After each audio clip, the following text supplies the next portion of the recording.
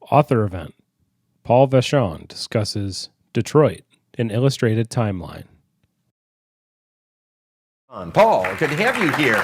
Thank you, Martin. Yeah, thanks for joining us. Thank you for having me. This is I've never been here to Ann Arbor before to do an event, and this is great. I really appreciate the opportunity. It's high time. Tell us about some of your other books that you've done. You've done a few others about Detroit. Yes. I started actually writing about a decade ago, and my previous career was in a completely unrelated area, and I had to, because of personal reasons, readjust my career. So writing is something I had always wanted to do, and in particular, Detroit history was just something I always had a natural curiosity for.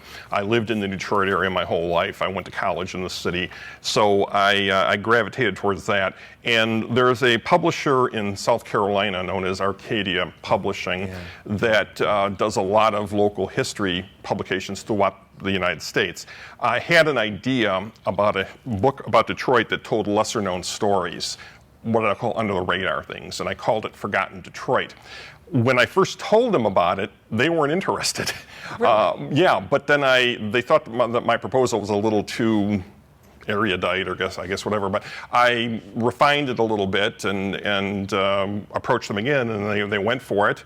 And it's done very, very well over the years, I have to say. And I've done a few other titles for them too. One is on legendary locals, people from Detroit or who have made big contributions in Detroit and their roles in greater society. I also did a book called Lost Restaurants of Detroit. I know that one. Yeah, which is about mostly defunct eateries from the city. There are some operating venues in there as well too, but the bulk of them are places that are just consigned to memory. Now, you were just telling me off mic before we got started that you do photography as well? I do, yes. In fact, if you go to a restaurant in the Detroit area, in West Bloomfield, there's a deli called Pickles and Rye Deli, which is on Orchard Lake Road, between 14 and 15 mile roads. And in the dining room, there's a number of color images I took of the Detroit cityscape, and I'm quite proud of them too. So you can take a look at my work there, my photography work. And actually, a few of the pictures in the book are the same ones hanging in on the walls of the dining room of the restaurant too. Pickles and Rye. I want to make sure we plug that. Okay. Right, if anyone's in that area. The owner will be very grateful, I'm sure. Good. So. All right, let's get into this. Detroit, an illustrated timeline. How did you and why did you come up with this concept for covering the history of Detroit this way? Well, about 2 years ago, Reedy Press, which is located in St. Louis, approached me with the idea for this book. Came to you? Yeah, they came to me. Yeah, I was not familiar with them at all. And they had done a book like this on St. Louis, which is, of course, their hometown, by a historian in that community. Apparently, it must have done quite well. And they were doing some titles about Michigan, and they wanted a timeline book like they did on St. Louis, but only about Detroit. And so they came to me and asked me if I would be interested in the project. And I had to check them out a little bit. I was not familiar with them. I had not worked with them before, but I thought it was a good opportunity, and I decided to go for it. So we negotiated a contract, and it all came together. And it just came out in spring, late spring. Is that about right? May 1st was the release date. May 1st.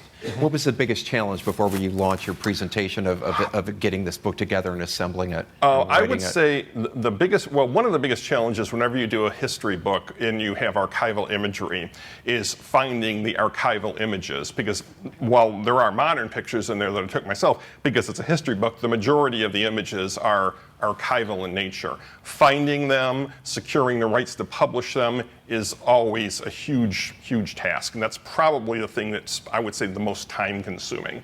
The research is also too, but the legwork is more involved with the photography. So, and the procurement of the images. As always with these book events, it's pretty informal. If you've got any questions along the way, just raise your hands. We'll have a Q&A with Paul, and of course the book signing after about 8 o'clock or so. So go ahead, launch your presentation here, Paul. Let's see some images here. Thank you so much. Yep. Okay, well, good evening, everyone, and thank you for coming. As I said a moment ago, I've never done an event here in Ann Arbor before, but it's a great community, and this is a wonderful institution, so I'm very glad to be here. The The presentation I put together, which summarizes the book, I call it Detroit Through 3 Centuries, since the book is a series of vignettes of text, each of which is anywhere from 100 to 400 words, and each one describes a certain noteworthy event in Detroit's past. And I didn't pick just anything. I wanted to pick things that were like what I like to call hinge events, or things that affect subsequent events and in turn shape the whole current of history. And I start out with a photograph that I took right around the time that I was, a little before the time I was getting ready to work on this book.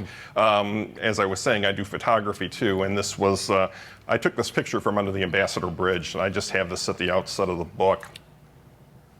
But to start in history, now most of you probably know that Antoine de la Mothe Cadillac established Detroit in 1701. He was commissioned by Louis de Comte Pontchartrain, who was the Minister of Marine under Louis XIV, to establish a military outpost in this part of the Midwest to basically keep the British at bay, so the French could maintain their share of the very lucrative fur trade that was going on. It was a very lucrative industry, and it was for quite some time after that too. And where the Detroit area is now, if you look at a map, is actually, if you look at the map for a moment and try to forget about highways and modern means of transit, and look at the waterways, because that was their highways of the time. And you'll see what a choke point that the Detroit area is. It's a very strategic location in terms of 18th century military logistics. So that's why they chose this spot, really.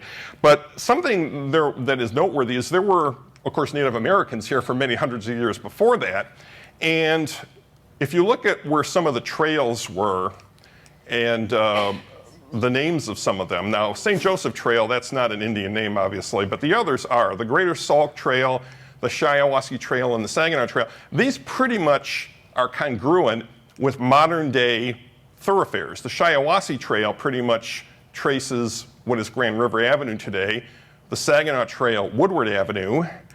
The Greater Sauk Trail, Michigan Avenue. Michigan, yeah. Yeah. And so it's, I guess the St. Joseph Trail is almost like Ann Arbor Trail or something like that.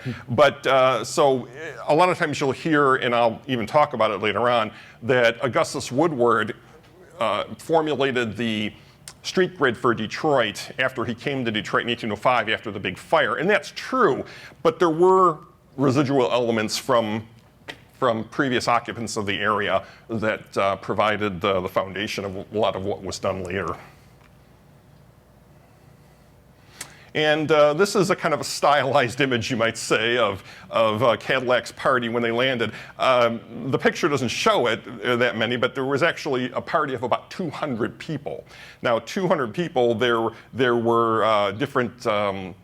there were mostly military people, there were clergy, there were some civilian settlers that were going to start farming there and so forth. So it was almost like kind of like a microcosm of what a nation, or what a community would be, I should say. This illustration happens to be from a 19th century edition of Harper's Magazine. It was, I think it was colorized. It wasn't originally done in color. This is obviously embellished because Cadillac was not that nattily dressed, I'm sure, the day of his landing.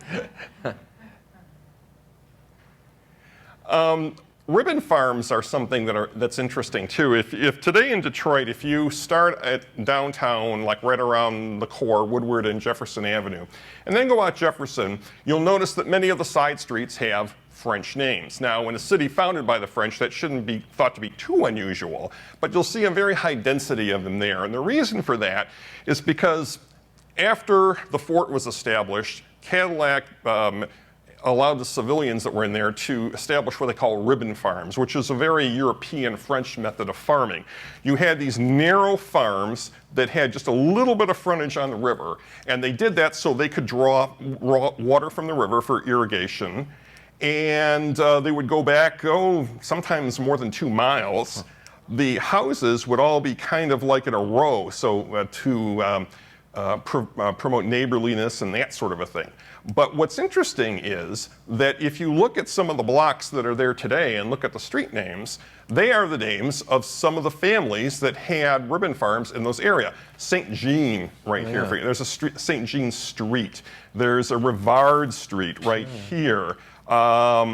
There are others too. Now, the actual farms were narrower than city blocks are today. That's why you don't see all of them reflected on the street grid.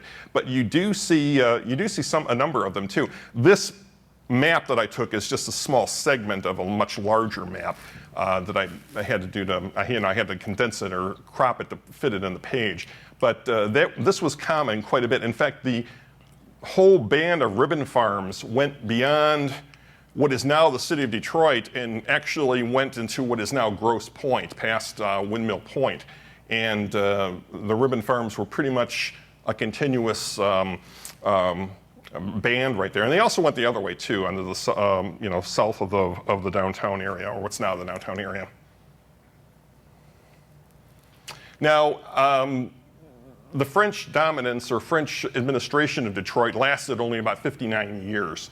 Because in 1760, the British came in, and that was because of the French and Indian War. So the British came in, and they were all the French settlements that were west or east of the Mississippi had to go into British hands. There weren't by the end of the war, there were only a few that the British had not already conquered militarily. Detroit was one of the few. So that's when the British flag went up, and there was a culture shift because the British way of doing things and the French way of doing things were quite different. However, the British did respect the French civilians that were already in the city, and they allowed them to continue farming. They allowed their lives to continue pretty much as they always had. And then after the turn of the 18th century, we got into the 19th century, and at that point, and this existed long before then, almost from the time Detroit was founded, is that there was actually slavery practiced in the city of Detroit.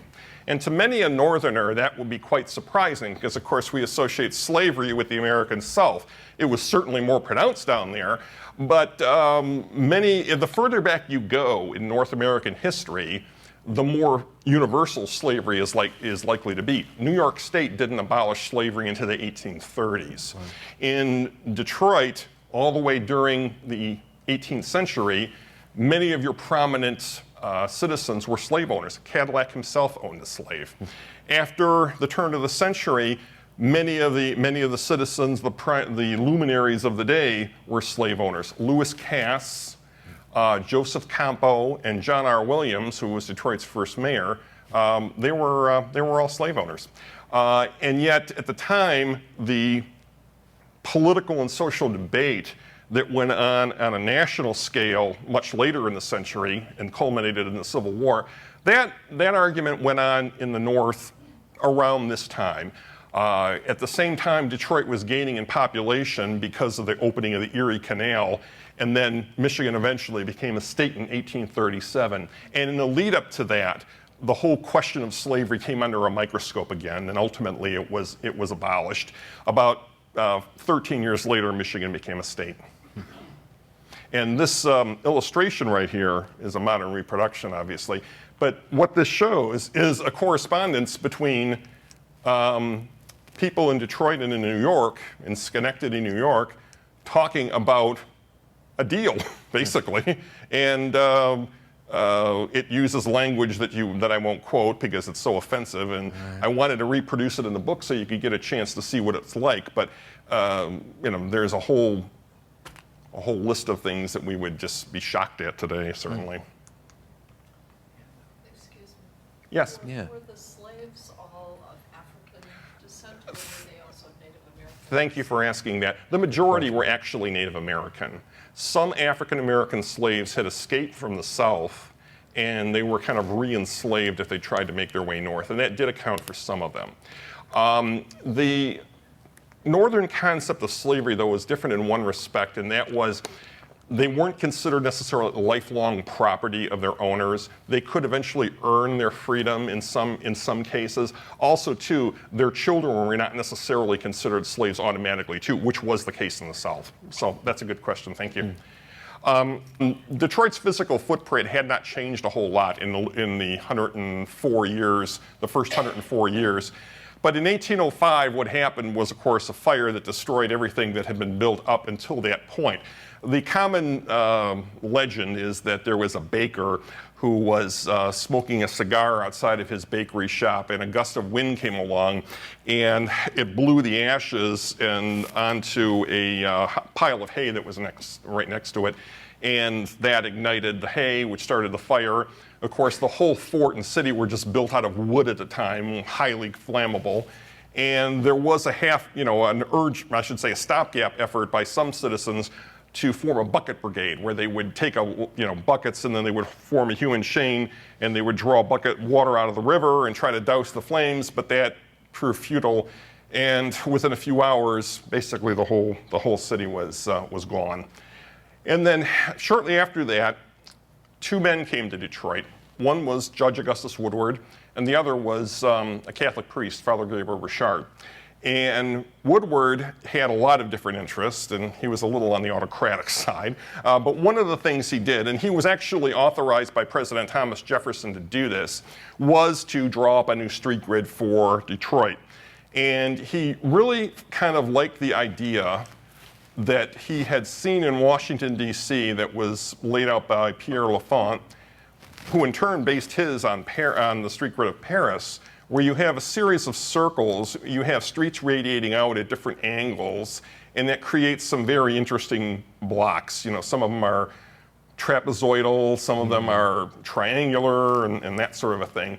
And it doesn't make much sense for modern motor traffic, but in terms of the type of horse traffic that was typical during the 19th century, it was probably a very, very efficient way of moving traffic.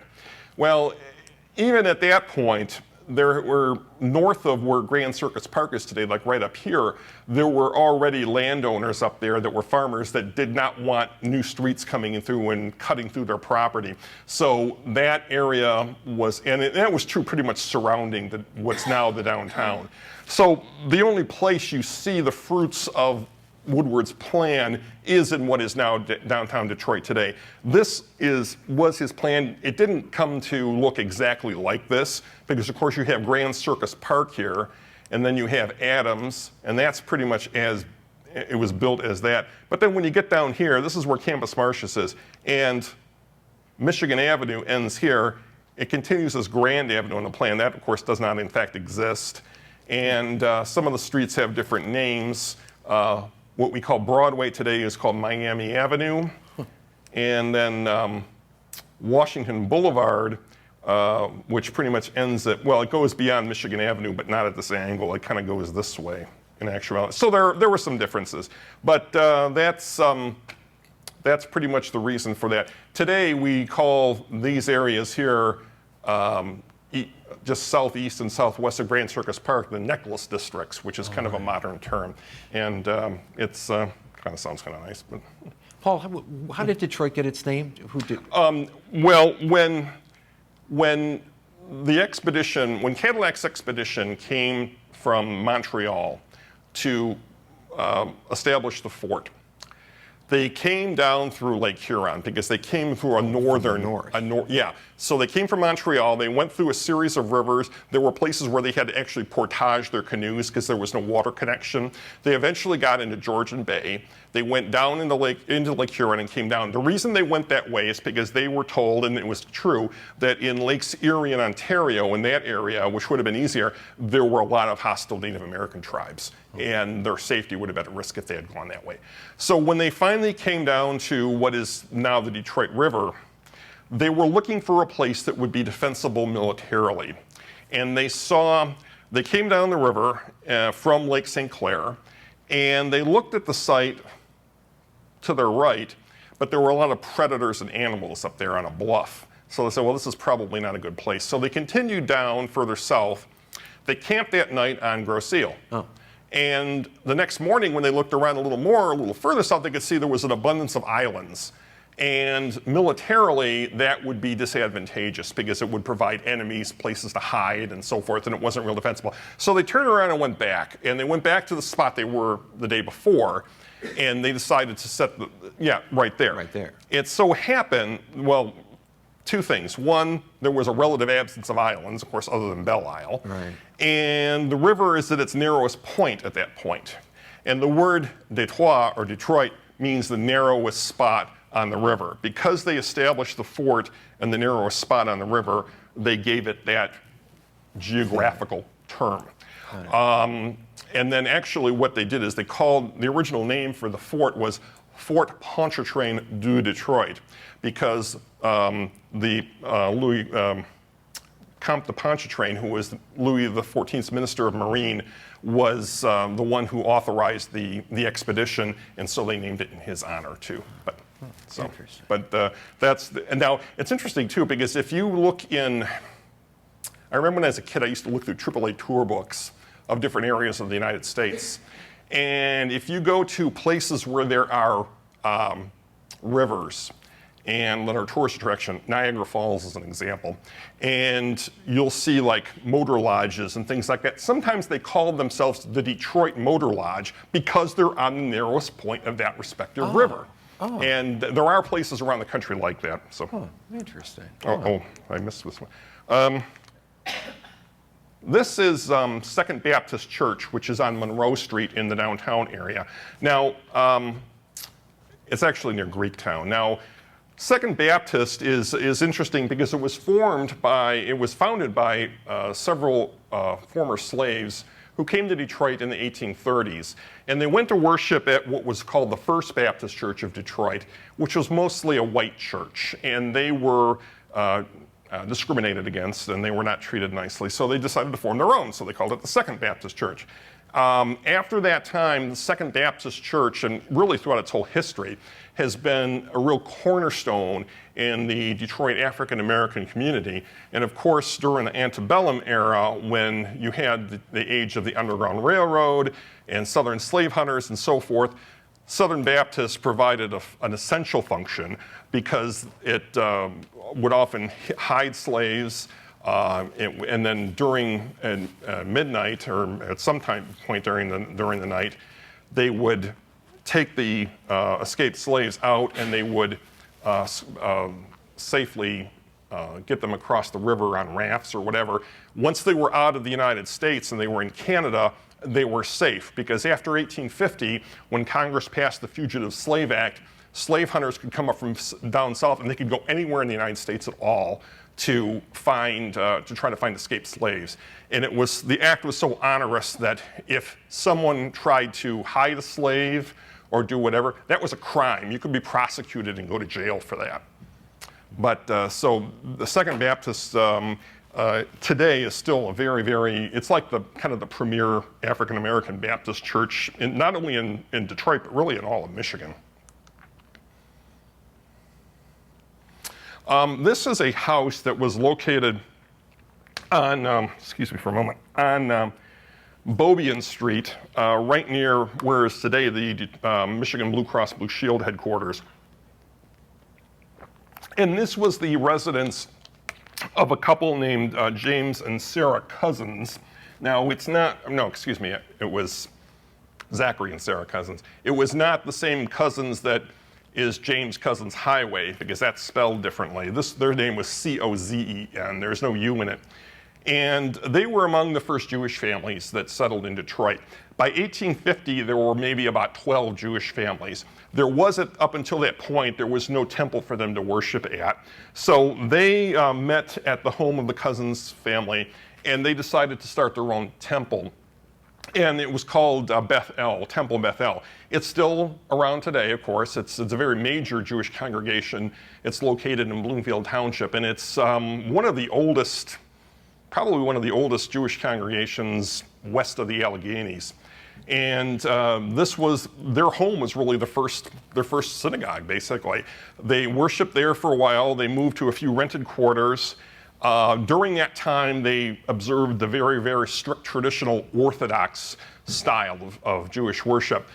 After about 20 or 30 years, they decided to modernize and embrace the Reform movement that had come over from Germany. And that caused kind of a schism within the congregation. A number of people left, and they formed a more conservative institution, which also still exists today, and that's known as Congregation Sheretz Zedek, which is in Southfield.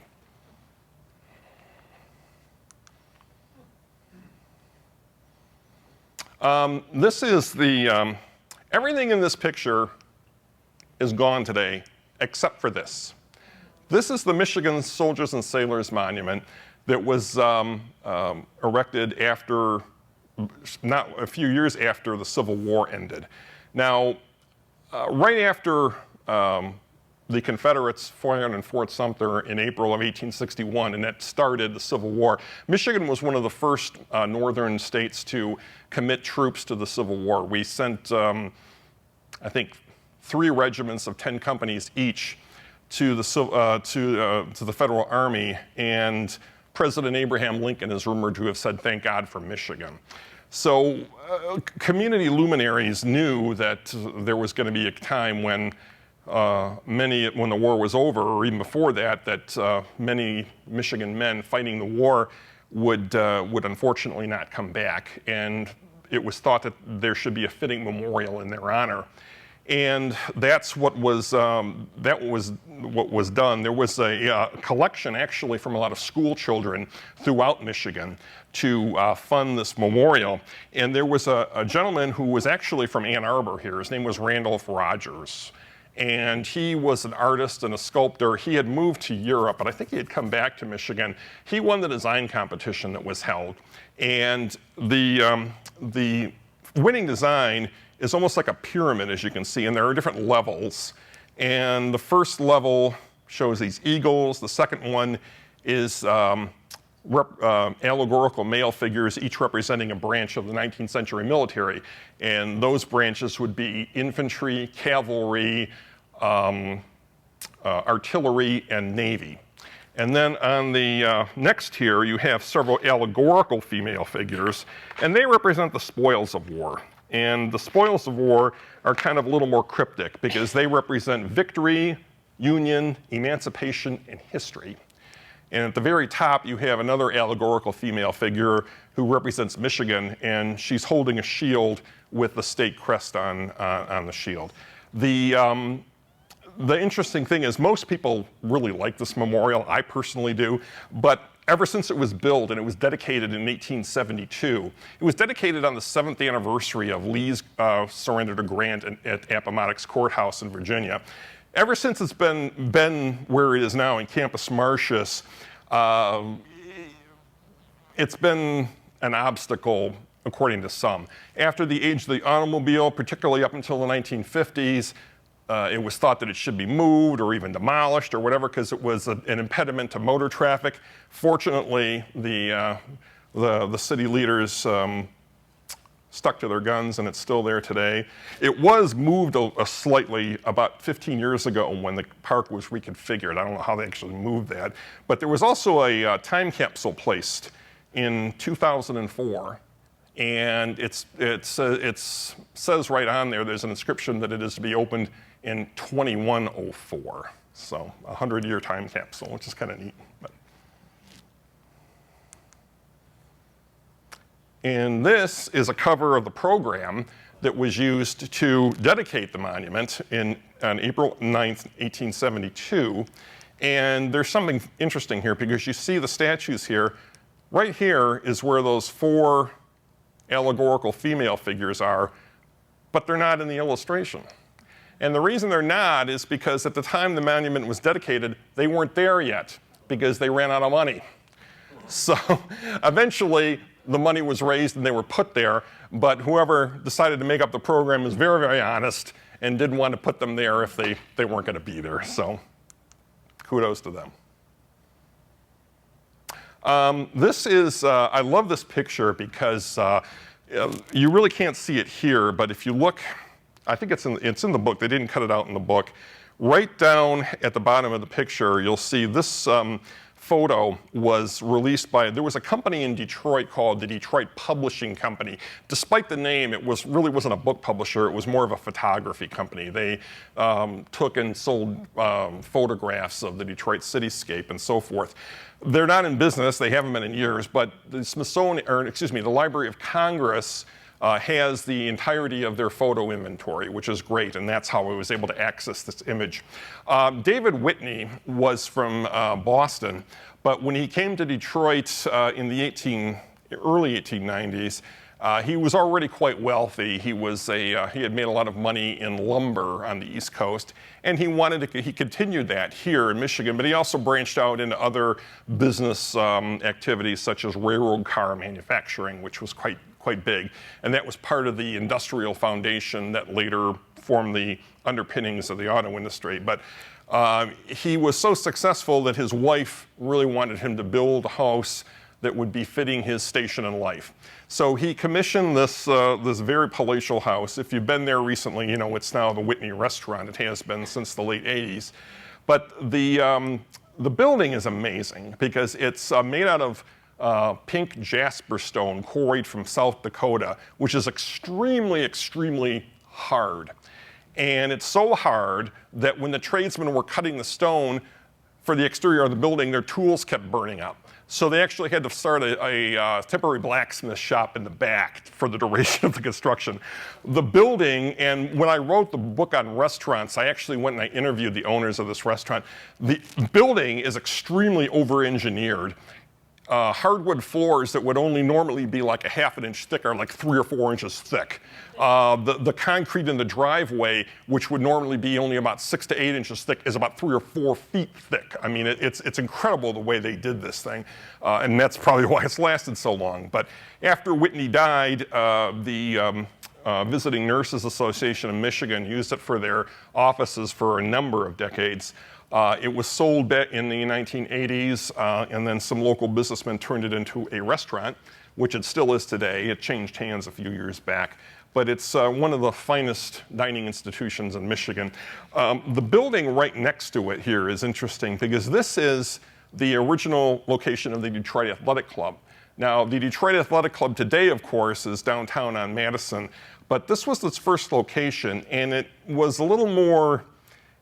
It was different. The focus was more on athletics then, not so much on business networking like it probably is today. But it was still for young men who were rather wealthy.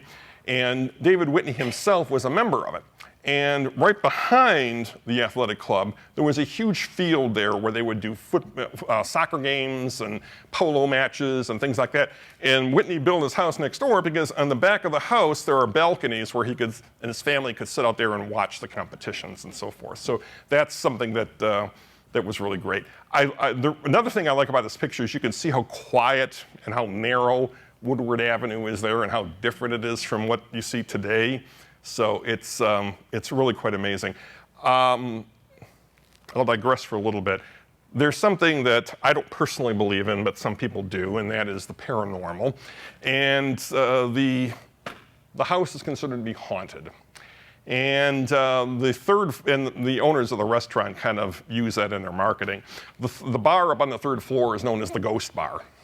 And the owner told me a story that he had a bartender who worked there several years ago, and he's working one night and he's taking care of a customer when all of a sudden out of the corner of his eye he sees an older couple coming up the stairway, and they go into the next room, and he figures, well, I'll go and ask him if they want a drink or something. So he finishes with this customer and he goes into the other room, and the room is empty. There's nobody there. So he was kind of freaked out by that. And then there are other stories about an employee that went up to an old man who had his back to him. He was looking out a window, and it was late at night, and it was almost closing, and he was going to ask him politely to leave. Well, right by the time he got to him, he disappeared into the floor. And that's thought to be the ghost of David Whitney.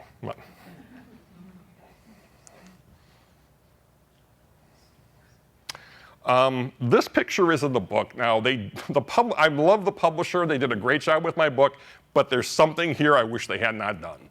And that is, this is a picture of the very, very first production facility that Ford Motor Company had on Mack Avenue. The building doesn't exist today, but this drawing right here is very nice, and I love the stylized caption. Well, the picture's in the book, but the caption got cut off, unfortunately. But it says the first factory of the Ford Motor Company, Mack Avenue, Detroit. They didn't even own it. It was in rented quarters. And they were only there, there for less than a year when they moved to their new plant that they built at Piquette and Beaubien, a little ways north. And of course, 10 years after that, they moved into Highland Park. But this just shows you how the way that Ford Motor Company grew so exponentially in just a matter of a few years. When they moved into the plant on Piquette, which is probably only about 3 or 4 times the size of this, Henry Ford's production chief came to him and he says, you know, this is a great building, but I don't think we're ever going to be able to fill it. We're never going to be able to grow so much that we're going to be able to, it's never going to happen. So, but. Now, flash forward a few decades. In 1937, the United Auto Workers succeeded in organizing General Motors. There was the famous sit-down strike at the General Motors plant in Flint, one of the General Motors plants there. And it lasted for several weeks, actually. And eventually, the company decided to recognize the UAW. Walter Reuther and the other pioneers of the United Auto Workers wanted to do the same thing with Ford. They knew it was going to be harder because they knew that Henry Ford's reputation for stubbornness would be almost insurmountable, but they wanted to try anyways. And they went to the Ford Rouge complex in the fall of 1937, and they went there one day to distribute leaflets to workers coming in or out of the plant at shift change to basically explain to them what, in their opinion, the advantages of organization would be. Well, Ford Motor Company had something called the service department, which was just a euphemism. It was actually a goon squad that would mess with anyone who even exhibited just the slightest pro-union sympathy. Well, the day that they were there, that the officials came to the Rouge to distribute the flyers, there was a photographer from the Detroit News. His name was James Kilpatrick. And he went with them and he said, you know what? If we go on this overpass up here over Miller Road, you'll see that Ford Motor Company sign in the background and it'll make a nice backdrop for the picture. So they said, okay, fine. So they go up there. He's taking pictures, and there were a number of other media people there too, photographers, reporters, et cetera, from other papers and such. And they're taking pictures when all of a sudden these guys, who are the members of the service department, make their presence known. And seconds after this picture was shot, they basically beat these guys savagely. And I mean, really bad. The fact that they survived was nothing short of a miracle. After this, they went to the media people and smashed cameras, confiscated notebooks, exposed film, and did things like that. They even attacked some of the UAW women that were there distributing flyers and such. James Kilpatrick, though, for some reason, nobody noticed him. And he was able to slip way down the stairway and undetected. He gets to a car. He had a driver, too. And he tells his driver, let's get the hell out of here. So they start driving away. They stop at a security checkpoint, and the guard there demands their photographic plates. And Kilpatrick handed over blank ones rather shrewdly. He had hid the real ones underneath the seat. He gets back to the office. They develop the prints. The editor approves their publication. And that was a major, major blow to Ford Motor Company's reputation. Within a couple of days, these pictures were all over the world. And probably the most telling thing about this, or what makes it so influential, I want to go back, is at the time these pictures were taken, there was no Pulitzer Prize for photography. These pictures inspired its establishment. So that tells you just how impactful this was. Unfortunately, it was still about 5 more years after this that the UAW was finally recognized by Ford, but this was certainly a major step along the way, and the people paid dearly for it. This is Father Charles Coughlin, who was the pastor of Shrine of the Little Flower Catholic Church in Royal Oak. Now, Father Coughlin had been commissioned by the Bishop of Detroit to start his congregation in the suburbs in Royal Oak in 1926, because there was a growing Catholic population in the area. He did that, and then he got the idea of broadcasting services over the radio, and he thought it would attract donations, which it did. And that was pretty much the way that the broadcast went for several years. But then the Depression happened, and after the Depression, of course, the country changed radically. Political thinking changed and so forth. In 1932, Franklin Delano Roosevelt was elected. Many, many people, including Coughlin, supported FDR's presidential bid. In fact, Coughlin himself said Roosevelt or ruin. Well, after that, Coughlin began to view Roosevelt's New Deal programs as insufficient. And he started to have some severe difficulties with the president. And what happened after that was that Coughlin started to look for scapegoats. And he started to become rather political in his talks. And he was on the radio every Sunday afternoon for years and years. Eventually, by probably 1935, 1936, his talks began to take a political tone that was almost right-wing in nature, and eventually, after about 1937, started to be laced with anti-Semitism. And the anti-Semitism started out small, but it grew to a crescendo. In 1937, the man who was the Bishop of Detroit, his name was Michael Gallagher, died. And his replacement was a bishop from upstate, from Rochester, New York, named Edward Mooney. And Mooney was much less tolerant of Coughlin's activities than Gallagher had been. And he kept them on a much closer leash. He ordered him off the air once, but he got back on again. At the same time, Coughlin started a newspaper called Social Justice, which was even more extreme than the content of the radio talks. The diocesan censors that were appointed to monitor Coughlin's shows they didn't have authority over his newspaper, which was a terrible mistake. So the newspaper started to take on the more strident pronouncements of Coughlin, and by this time he had a huge following too, a huge base. And one of the reasons why it's speculated that Cardinal Mooney went a little easy on Coughlin there was he was afraid that if he totally barred him or defrocked him or whatever, that would cause a schism within the American Catholic Church. So strong were Coughlin's followers. Well, eventually, Coughlin called President Roosevelt a traitor on the air. And that was enough for everybody else. He was ordered by the Vatican to apologize publicly. And also his radio show was terminated at that point. And not long after that, even though his newspaper continued, the US Justice Department thought that the content of the newspaper had bordered on being seditious. And they were preparing indictments against many people associated with the newspaper, including Coughlin. And at the last minute, he agreed to stop publication of the newspaper, and only that prevented his criminal prosecution. So he is a very, very controversial figure in not just Detroit history, but in American history. And he finished his career being a parish priest at the Shrine of the Little Flower. He didn't retire until the 60s, and then he died about 15 years after that. But he's certainly one of Detroit's assorted scoundrels, you might say. He wasn't from here, he was Canadian. That's not no.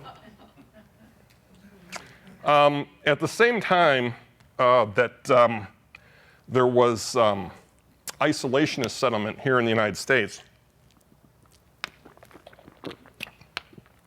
and and that continued up until the time of Pearl Harbor. President Roosevelt knew that we were going to get involved in the war, that eventually the United States would be dragged into the European War and possibly the war in the Pacific too. And there was an aircraft company in California called Consolidated Aircraft that designed a bomber called the B-24 Liberator. That was considered to be the cutting edge combat aircraft of that time.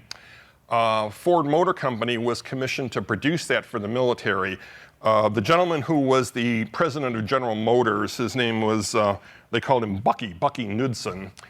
He held a meeting in New York with all the senior executives of the auto industry and said, here's what we need. We're going to need this, we're going to need that. I want everyone to look and see what they think they could build best and tell me about it, and then we'll let contracts at that point.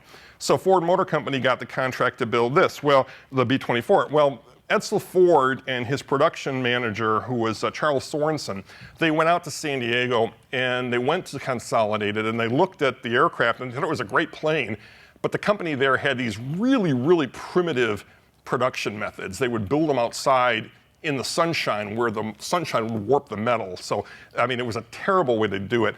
So they looked at it, and then Sorensen started to brainstorm about ways that he thought that they could produce the plane efficiently. And he got the idea of producing it on an assembly line just like you would a car. Well, that had never been done before, but he wanted to give it a try. He went back to his hotel and stayed up the entire night and sketched out not only a conceptual assembly line with which to produce the plane, but also the layout of a plant that would be necessary to house that assembly line. Well, he shows his work to Edsel Ford the next morning, and he immediately approves construction of the plant, and they started building it, and this is like about 9 months before Pearl Harbor. So they're building the plant, and by the time Pearl Harbor happened, they were just about ready to start production on the B-24. There were lots of fits and starts afterwards. In fact, it was built at Willow Run, of course, the plant near Ypsilanti, but because there were so many problems associated with getting the production up and running, it earned the derisive nickname, Will It Run? Well, it did eventually. By 1944, they were able to produce one B-24 Liberator every hour, 24 hours a day, 7 days a week. And they produced thousands of them. Most went to Europe, but some did go to the Pacific. And this is the front page of the Free Press on August 15th, 1945. And this is when Japan surrendered after the atomic bomb and the end of World War II. And I put this in the book because we always think of contemporary history in Detroit and throughout the whole United States as pre and post World War II. The end of World War II changed so many things domestically in the United States. And here in Detroit, it might have been even more true, because right after the war, then you have suburban expansion, you have the expressways, you have lots of other things. And it was such a seminal moment in Detroit and American history.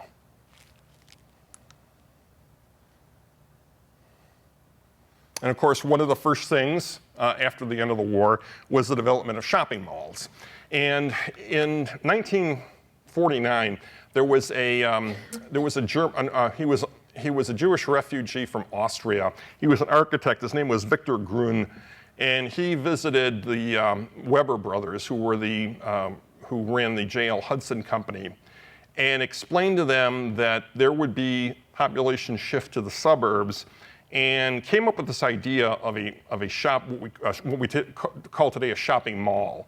And he wanted to recreate like a small community in miniature in a shopping mall. He didn't want it just to be a venue for shopping. He wanted it to have medical services, meeting facilities and things like that. He saw the way early suburban expansion was happening, and he didn't like what he saw. So he wanted to see if he could somehow recreate a traditional community within an environment that was primarily devoted to shopping.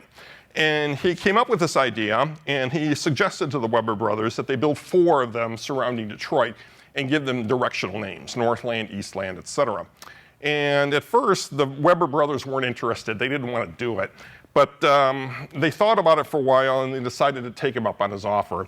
So Northland was the very first one. It opened in 1954, and unfortunately, it closed back in 2015. So the whole current of suburban expansion can, the same thing, the same force that created Northland ultimately led to its demise too, because everything moved beyond the inner ring suburbs, including that southern part of Southfield.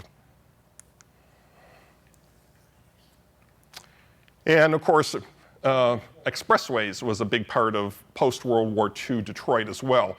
This is the Lodge Freeway going down the west side of Detroit, and this is where the Jeffries Housing Project is, which is still there today, by the way, and it's been renewed, and it's quite successful. There's a lot of streets in there that are named after Motown artists. You have like Four Tops and Supremes and things like that, which is kind of cool. But the freeways have, of course, a mixed legacy, because on one hand, they made it easy to get in and out of the city for motorists, but they destroyed a lot of viable urban communities. The most egregious example, of course, was when the Chrysler Freeway went through the east side of Detroit. And what happened was the mayor of Detroit at the time was Albert Cobo. And Albert Cobo was, by even the standards of that time, a racist. He knew that the black neighborhood, because it was a black area, that African Americans were segregated to that area. They weren't pretty much socially accepted in other parts of the city. But he knew that, but he decided to build a freeway through there anyways and called it blight removal. Well, what it really unfortunately meant was black removal. So it created a lot of hardships for the African American community. In some cases, they were only given 30 days to vacate their homes and find someplace new to live. And that became almost impossible in some cases. Some had to move back down south with families and so forth. But eventually, of course, it went through, and we lived with the expressways now for well over half a century. My own opinion is that they're probably more negative than a positive. But.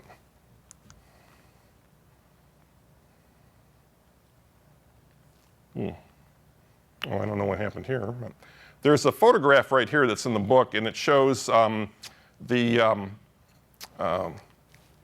it's a headline from the Free Press, and it shows the front page of the Free Press in 1963 when the Common Council rejected an open housing ordinance.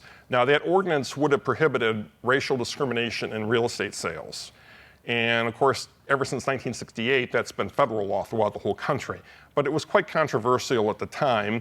At the time, Detroit City Council members were not elected from a district or a ward. They were just all elected citywide. And the city was still probably about close to 75% white at the time. You had lots of white communities that didn't want to accept African Americans. And they leaned heavily on their councilmen to vote the ordinance down. There was a great film that was made a few years ago by the Detroit Free Press, and it was shown in their annual film festival. And the film was called 12th and Clairemont, and it was about the 1967 insurrection and what led up to it. And one of the things it showed was this page from the Free Press. It cited the defeat of this open housing ordinance as a factor that ultimately led to the grievances of the African American community that came out in the riot. And of course, just 4 years later, that's exactly what happened. There was almost a chance event, really. There were two undercover police officers that decided to raid what was commonly called a blind pig, or an after-hours drinking establishment on the west side of the city. It was on the early Sunday morning of July 23rd, 1967. Very hot night in the city. The bar, or the after-hours bar they went to, was primarily patronized by African Americans, because by then, even though civil rights laws had allowed African Americans to basically go where they wanted to, there was no legally enforceable discrimination anymore. Many of them still felt uncomfortable in white bars, so they still operated their own. Well, there were a group of people that night celebrating the safe return of 2 young men from Vietnam. And there were about 80 people there. When the cops went to raid the place, they were surprised that there were so many there, but they decided to arrest everyone anyway. So they contacted their precinct captains, and they sent the necessary vehicles over to arrest everybody and to take them for booking. But it consumed a couple of hours, and it wasn't probably completed until around 5 or 5:30 that morning. And at that point, a crowd had gathered, and there was so much resentment in the air that someone threw a brick, and it hit the window in the back of one of the police vehicles, broke it, and that basically was the spark that lit the fuse. And there was a gentleman who was the owner of the after hours bar, and his son, turns out, was actually believed to be the one who threw that brick. And it was, it ignited, of course, almost a full week of severe violence in the city. More on the east side, or the west side than the east side, but the east side certainly wasn't spared. And it ultimately led to 43 deaths and millions of dollars in property damage too, and a couple thousand arrests and so forth. Just like American history is often cited as things before and after World War II, Detroit history is often punctuated, if you will, by the 1967 insurrection. Things that happened before the riot and things that happened after the riot.